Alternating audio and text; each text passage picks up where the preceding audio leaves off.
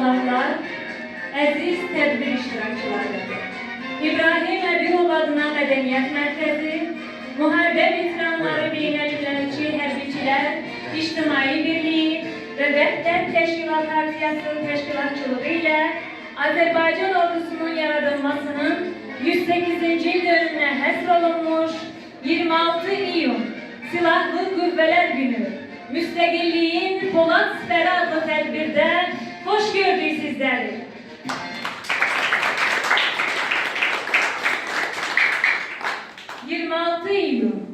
Azərbaycan tarixinin ən şərəfli səhifələrindən biri. Azərbaycan Milli Ordusunun yarandığı gündür. Bayrağımız qədər uca, tariximiz qədər şanlı, xalqımız qədər qüdrətli ordumuzun Azərbaycan Silahlı Qüvvələrinin yaranmasının 108-ci il dönümü münasibəti ilə Azərbaycan ordusunun bütün heyətini, qazilərimizi, müharibə veteranlarımızı ürəkdən təbrik edir, tədbirimizi açıq elan edirik. Azərbaycanın müstəqilliyi və ərazi bütövlüyü uğrunda canlarından keçən şəhidlərimizin əziz xatirəsini bir dəqiqəlik sükutla yad edək.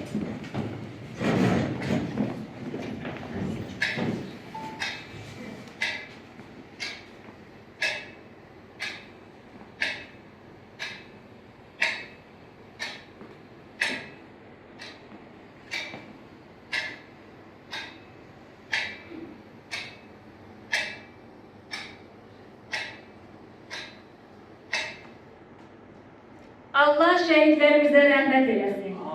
Azərbaycan Respublikasının dövlət himni səsləndirilir.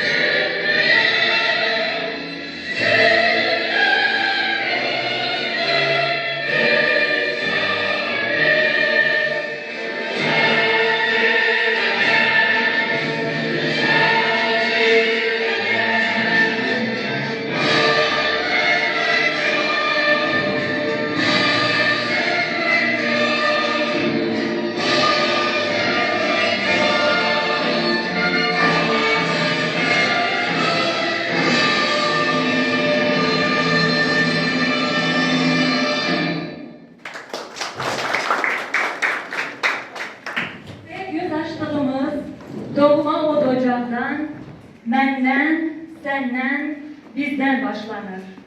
Herkes öz varlığı ilə vətənini yaşatmalıdır. Yaşatmalıdır ki, vətən yaşasın.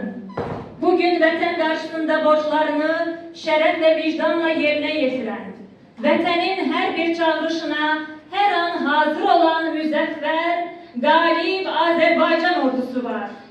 Ulu Önder Heydər Əliyevin hakimiyyəti dövründə formalaşdırılmış milli ordumuzun keçdiyi döyüş yolunun zirvəsi zirvəsində Qarabağ zəfəri dayanır.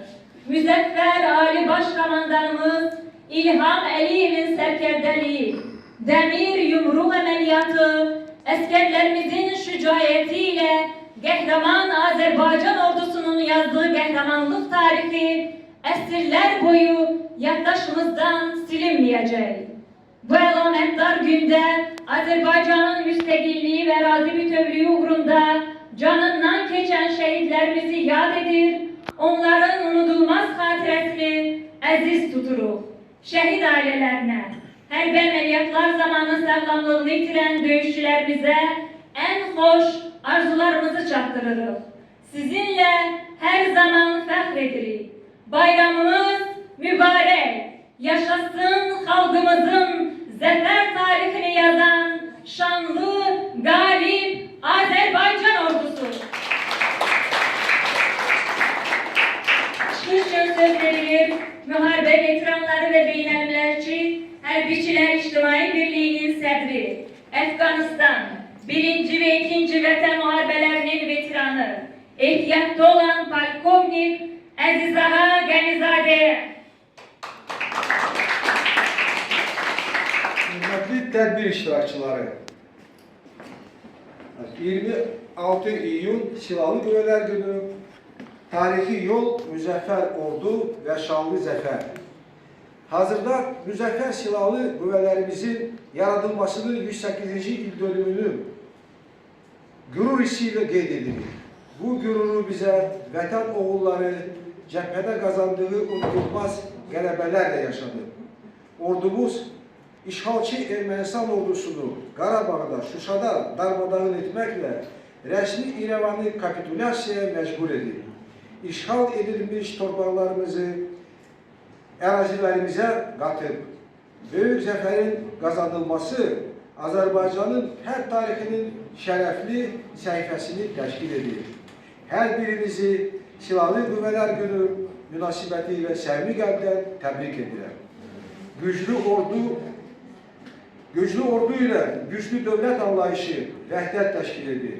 Çünki müstəqil dövlətin nüfuzu, iqtisadi, siyasi və elmi potensialı ilə yanaşı, həm də onun malik olduğu ordunun qüdrəti ilə ölçülür.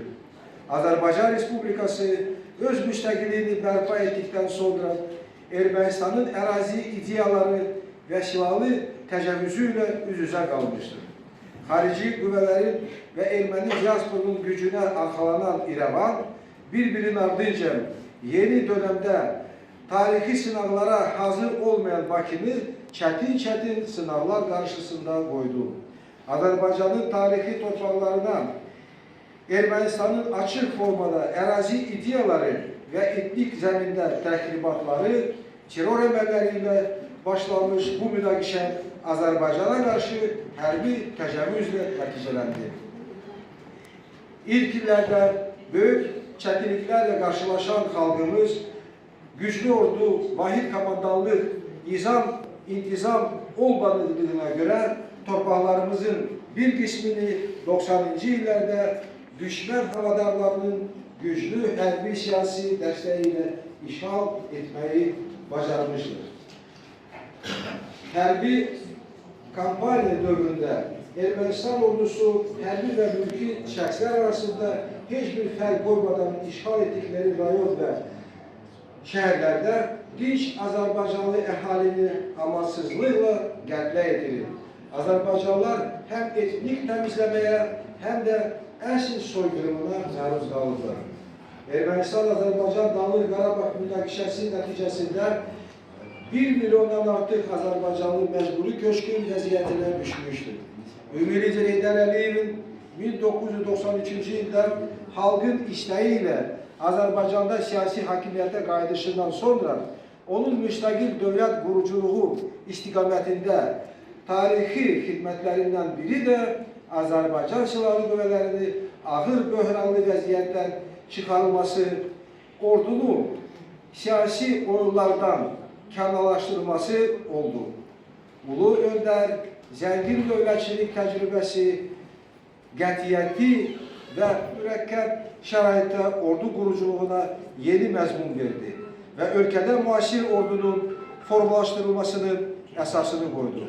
Prezident İlham Əliyevin hakimiyyəti illərində ordumuz dünyanın ən müasir silah və texnikası ilə təchiz edildi. Hərbi hissələrimiz peşəkarlıq prinsipi ilə komplektləşdirilməyə başladı. Təlim və məşqlər nəticəsində döyüş hazırlığı sayəsində yüksək keyfiyyət dəyişikliklərə baş verdi. Prezident İlham Əliyev hakimiyyəti dövründə ordu quruculuğu ilə bağlı geniş miqyaslı islahatlara başlandı. Qısa müddətdə hərbi hissələrin ayrı-ayrı qoşun növlərinin formalaşdırılması tam başa çatdırıldı. Dövlətçiliyin və hərbi andı hər şeydən uca tutan hərbçi olmağı şərəf bilən zabitlər hərbi hissələrin rəhbərliyinə cəlb olundular. Ordunun mərkəzləşdirilmiş maddi texniki təminatı əhəmiyyətli dərəcədə yaxşılaşdırıldı. Maliyyə təsərrüfat fəaliyyəti nizama salındı. Şəxsi heyətin mənəvi psixoloji hazırlığı və döyüş ruhu yüksəldildi. Ancaq Azərbaycan xalqını həmişə narahat edən, ölkənin hər tərəfli tərəqqisinə yetərincə ciddi maneə yaradan məsələ Qarabağın Ermənistan silahlı birləşmələri tərəfindən zəbt edilməsi idi.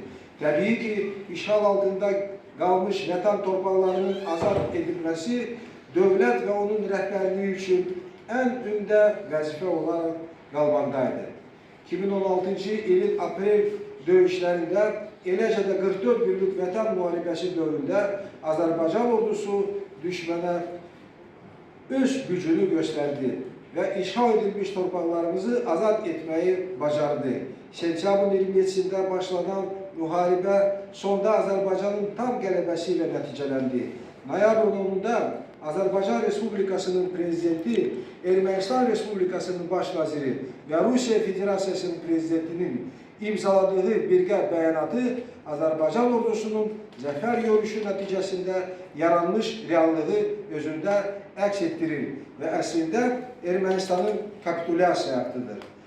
Sülh danışıqları prosesi 2018-ci ildə Ermənistanda rəngli inqilab nəticəsində hakimiyyətə gəlmiş Nikol Paşinyanın Qarabağ Ermənistandır və nöqtə kimi populist bəyanatları və Azərbaycanın işğal olmuş ərazilərinə ardıcıl, qanunsuz səfərləri kimi təxribatçı xarakter daşıyan hərəkətləri ilə ciddi ölçüdə sarsıldı.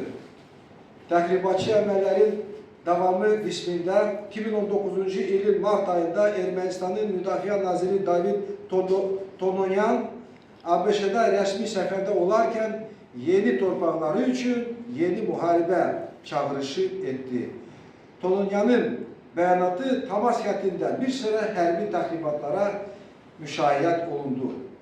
Ermənistan Silahlı Qüvvələrinin bölmələri 2020-ci ilin iyul ayında Azərbaycan-Ermənistan dövlət sərhədinin Tovuz istiqamətində əlverişli mövqeləri ələ keçirmək məqsədi ilə artilleriya atəşindən istifadə edərək hücuma keçməyə cəhd göstərsə də müvəffəq ola bilmədi.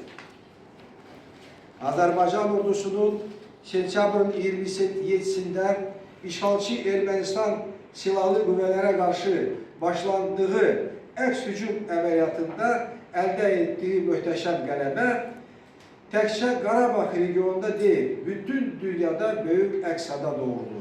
44 günlük müharibədə silahlı qüvvələrimiz ən müasir hərbi texnologiyalardan, kəşfiyyat və zərbə pilotsuzlardan, həmçinin yüksək dəqiqlik artilleriya silahlarından, Ermənistan ordusunun öncə görə bilmədiyi döyüş üsullardan istifadə etməklə düşməni xeyli qabalardığını, tamamilə yeni döyüş əməliyyatları modelinə yiyələndiyini bütün dünyaya sübut etdi.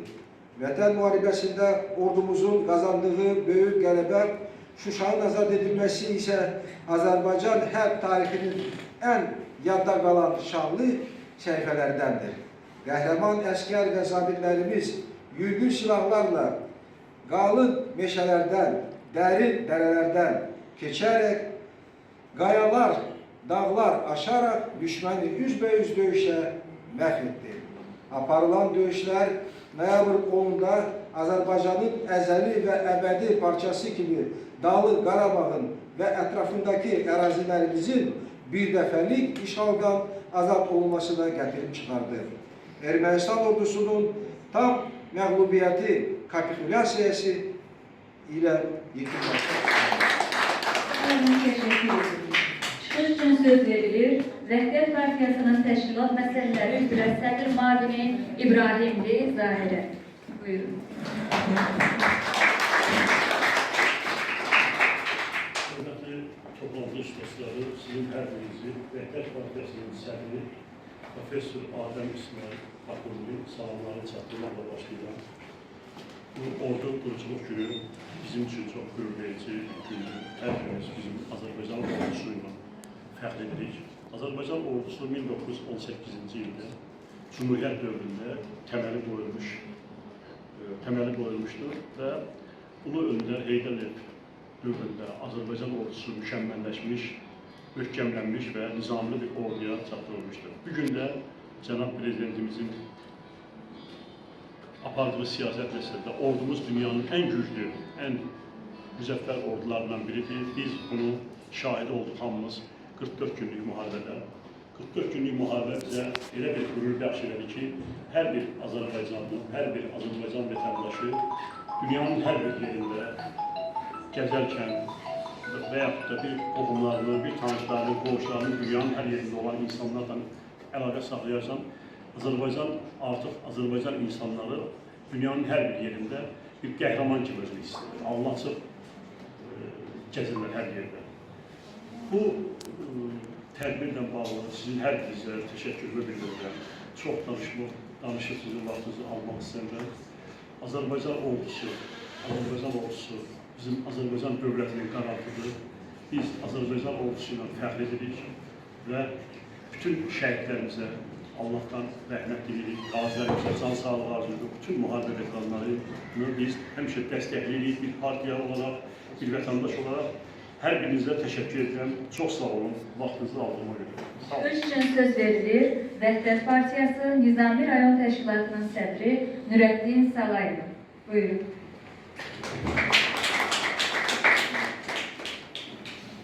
İlk növbədə bu tədbiri təşkil edilənlərə minnətdarlığımı bildirirəm və mənə söz verdiklərinə görə də təşəkkür edirəm.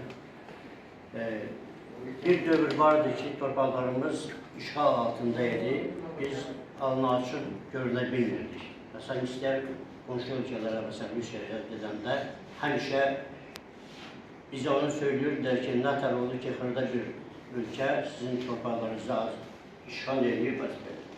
İndi isə biz alnı açıq.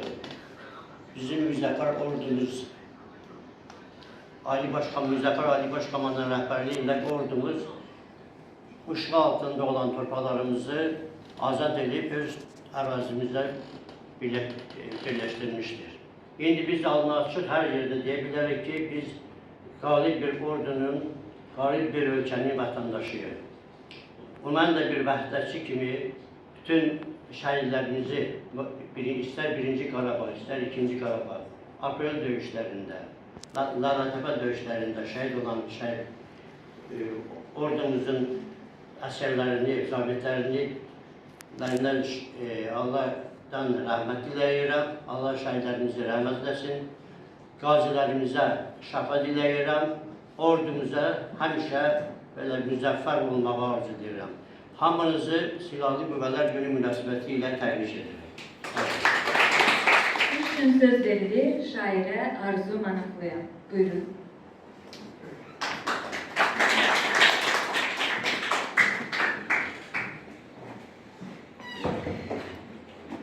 Məni dəvət etdiyinizə görə və söz verdiyinizə görə təşəkkür.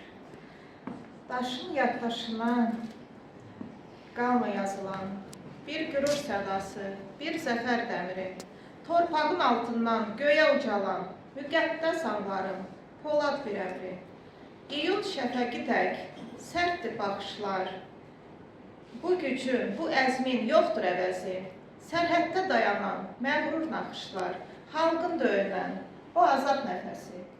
Rüzgarla yarışan bayraq eşqi ilə. Hər addım tufandır, hər addım dastan. Gecənin bağrını yaran səsi ilə. Keşikdə dayanan, yenə hər aslan. Bugün sadəcə bir təqvim deyil ki, ruhun qələbəsi, haqqın səsidir. Vətənin köksündə ucalır, bil ki, ordunun yenilməz fəlsəfəsidir. Təşəkkür. Üçün söz verilir, Qocalı soyqırımının tanıtma İctimai Birliyinin sədri Şamil Sabiroğlu'dur. Değerli dostlar, hər biriniz bu gözəl gün münasibətindən təbrik edirəm, əzəl mənim dəvətə görə təşəkkür edirəm.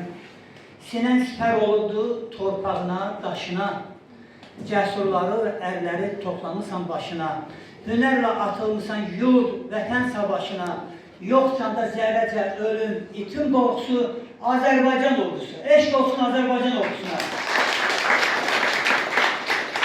Mənim əzəlim, mən Xocalı soyqırımının canlı şahidlərindən biriyəm və Azərbaycan mətbuatında ilk məlumata verən jurnalist və əksər fotoların müəllifiyəm. Prezident tərəfindən 4 mükafat almışam. Sözümün canı var. Mənlə burada bir neçə yoldaşlar var, mən istəyirəm onları sizə təqdim edim. Təşkilatımızın mətbuat xidmətinin rəhbəri, 44 il Savaş.a saytının baş redaktoru, yaşlı publisist Mövsümağa Ədalətoğlu. Sədrin köməkçisi Amirə xanım Adgözəl qızı. Eyni zamanda təşkilatımızın Gənclər Şöbəsinin sədri, çox hörmətli rejissorumuz Polad Ağa İbrahimov, onun komandası. Mən bayaq sizə qeyd elədim ki, yəni Əzəl məni çox gözəl tanıyır, hər müharibədə iştirak edir, əsasən birinci müharibənin könüllü iştirakçılarından biriyəm. Və bir neçə prosesdə iştirak eləmişəm, girovlar dəyişən əsrlərdə. Bunu mütləq deməliyəm ona görə ki, insanlarımız bəlkə də rahatlar ki, artıq qələbə qazanmışıq, amma düşmənə heç vaxt arxayın olmaq olmaz. Biz Xocalı soyqırımında xüsusən buradan gələn insanları kömək edib gətirəndə, onların üzündəki o axnalə, hətta bizi bilə-bilə ki, Azərbaycanlılar da gəlməyə qorxurdular, ehtiyat edirlər. Amma bizim əlimizdə olan erməni girovları vardı, əsrlər vardı. Onlar geri qaydanda isə onlara elə şərait yaradılır ki, qaydanda Azərbaycan haqqında bir mənfi fikrə düşməsinə də onlar toxunmayın, eləməyin. Nəyə görə söyləyirəm? Bu günləri biz azad eləmişik torpaqlarımızı, gücümüzlə, xalqımızın gücü ilə, ordumuzun gücü ilə. Dövlət başçı artıq razılaşdırılır, müqavilə bağlı sülh müqaviləsi. Hər şey yerində, amma biz xalq olaraq tam rahat olmamalıyıq. Bəli, ordun varsa, yurdun var. Ordun yoxsa, yurdun yox, mənim əzlərim. Ona görə hər tərəfə hazır olmalıyıq və yeri gəlmişim deyim ki, istənilən hərbi hissədə çox hörmətli Kərim bəy nazir müavini olandan sonra bizə tapşırıq gəlib, istənilən döyüş bölgəsində hərbi hissədə mütəmadi tədbirlər keçirmişik, əskərlərə mümkün olan dəstək göstərmişik və yeri gəlmişəm onu da deyim ki, bu gün də biz ordu sıralarında, ordu zabitlərimizin yanındayıq. Allah dövlətimizi, xalqımızı və ordumuzu qorusun. Allah sizi qorusun. Bayramımız mübarək olsun. Sağ olun. Müharibə veteranları, beynəlmiləli hərbiçilər İctimai Birliyinin 26 iyun Silahlar Qüvvələr Günü həsr etdiyi sənədli filmi izləyək.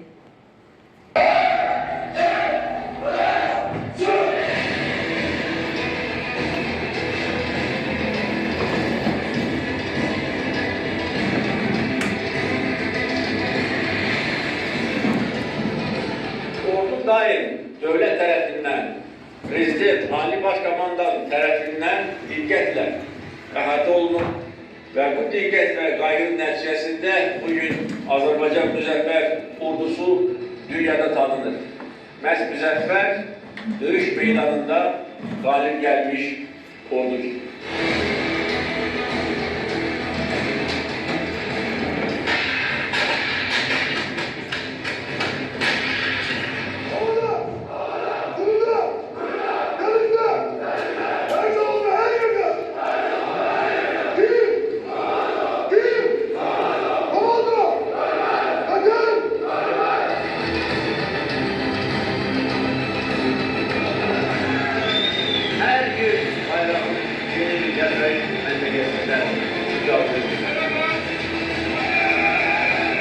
Eşq olsun Azərbaycan ordusuna, yaşasın Azərbaycan!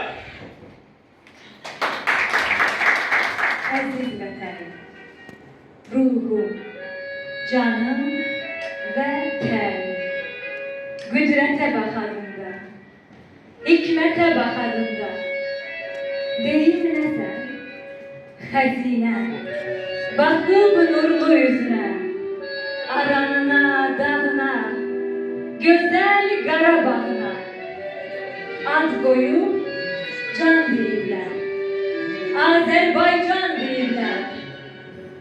Mənim Azərbaycanım, adının da canı var. Könlümün nə qorxusu, nə də həyəcanı var. Bilməyən bilə bilməz. Bu vətən ölə bilməz. Niyə? Nədən? Nə üçün? Çünki tükənməz gücün. Hamı sənə can deyir. Can Azərbaycan deyir. Can Azərbaycan deyir. Ümumi Xalq Rəqs Ansamblı.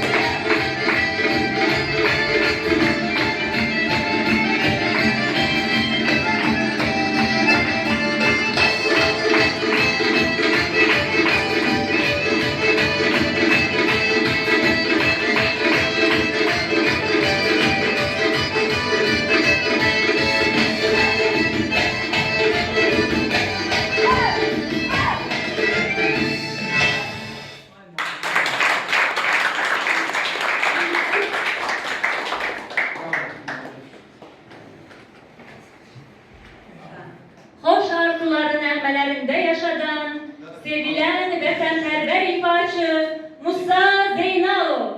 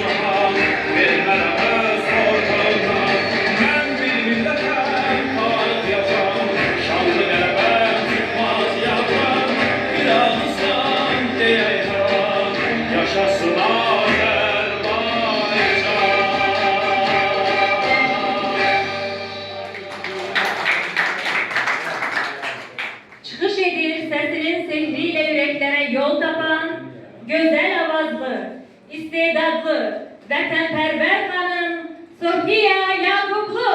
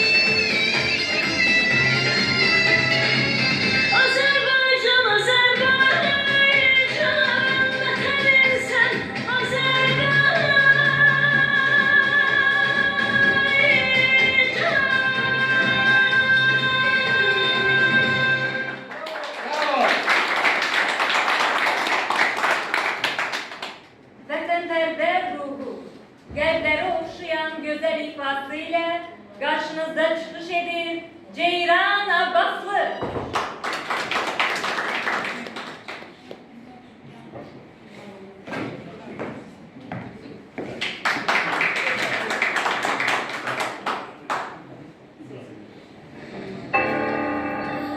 Sendendir bütün alem, söz açılır kudretinden, güc alıram azametinden.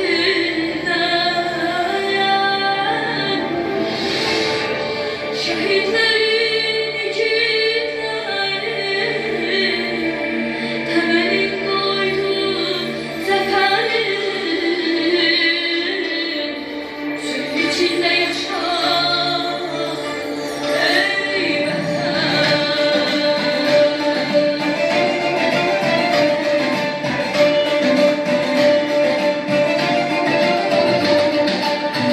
ne güzelliktir aman, sana kurban Azerbaycan, kucağına sığınmışım can mekanım Azerbaycan. Ne güzelliktir aman, sana kurban Azerbaycan, kucağına sığınmışım can mekanım Azerbaycan. Kartaldan duyurdum san sevgi dostum diyarımsın, nefelerin incilerin nakışların ucağınızın. Bayrağına bakarken ömrüm akır gözlerimden, seni besmele bilmeden şerefimsen güzel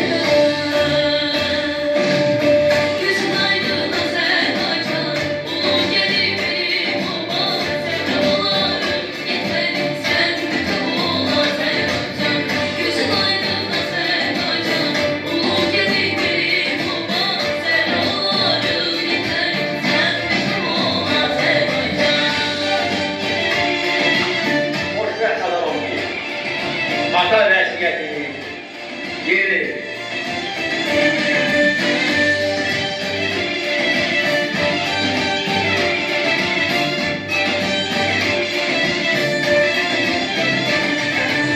Kartaldan duyurdum san sevgi dostum diyarımsın, nefelerin incilerin nakışların ucağınızın. Bayrağına bakarken ömrüm akır gözlerimden, seni besmele bilmeden şerefimsen güzel gözün aydın Azerbaycan, ulu gelir benim olmaz sevdalarım, yeterim sen bütün ol Azerbaycan. Gözün aydın Azerbaycan, ulu gelir benim olmaz sevdalarım, yeterim sen bütün ol Azerbaycan. Gözün aydın Azerbaycan, ulu gelir benim olmaz sevdalarım, yeterim sen bütün ol Azerbaycan. Gözün aydın Azerbaycan, ulu gelir benim olmaz sevdalarım, yeterim sen bütün ol Azerbaycan.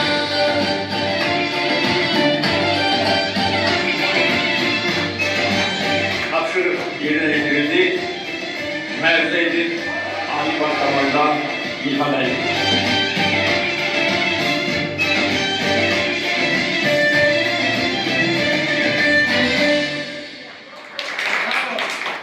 Önderden kalıp miras Azerbaycan ordusu alır düşmenden kısas. Azerbaycan ordusu merttir dövüşte darda, yok kimseden korkusu. Vatani korumaktır en müqəddəs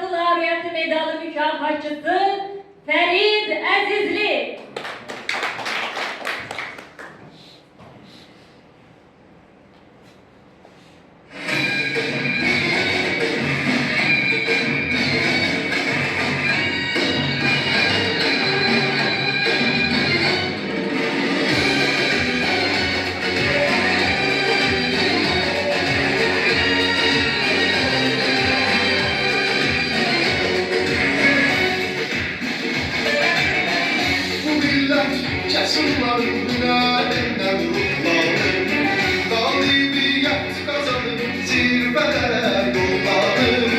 Qarabağ zəfərilə şanlı bir tarix yazır, eşq olsun igidlərə, yaşasın Azərbaycan, var olsun mən millətim, yaşasın Azərbaycan. Sən qalibsən, bütün dünya qələbədən danışır.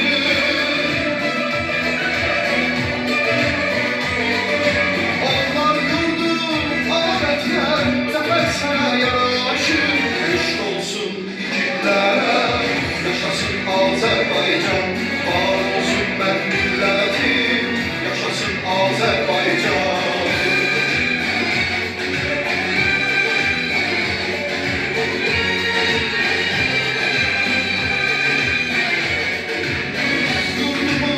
Xilaskar oğluna arxalandı, bayrağımız hər qarış torpaqda dalgalandı.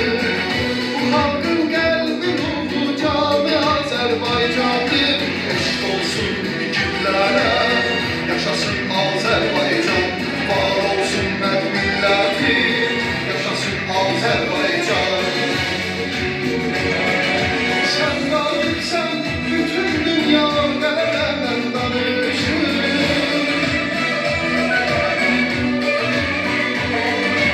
Onlar yurdum, ama vətən, zəfər sənə yaraşır. Eşq olsun igidlərə, yaşasın Azərbaycan, var olsun mən millətim, yaşasın Azərbaycan.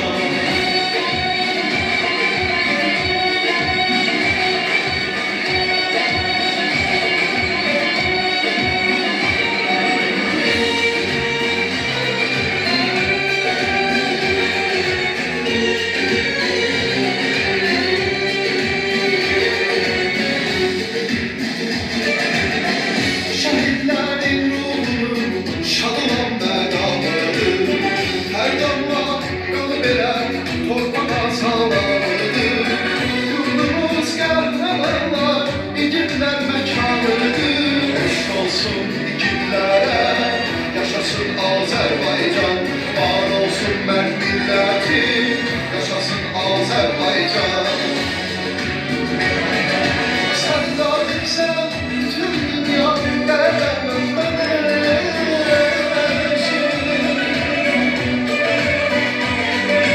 Onlar yurdu, adətlər, zəfər sənə yaraşır. Eşq olsun igidlərə, yaşasın Azərbaycan, var olsun mən millətim, yaşasın Azərbaycan. Eşq olsun igidlərə, yaşasın Azərbaycan, var olsun mən millətim, yaşasın Azərbaycan. Onların tərəfindən diqqətlə əhatə olunub və bu diqqət və qayğının nəticəsində bugün Azərbaycan Müzəffər Ordusu dünyada tanınır. Məhz Müzəffər döyüş meydanında qalib gəlmiş ordudur.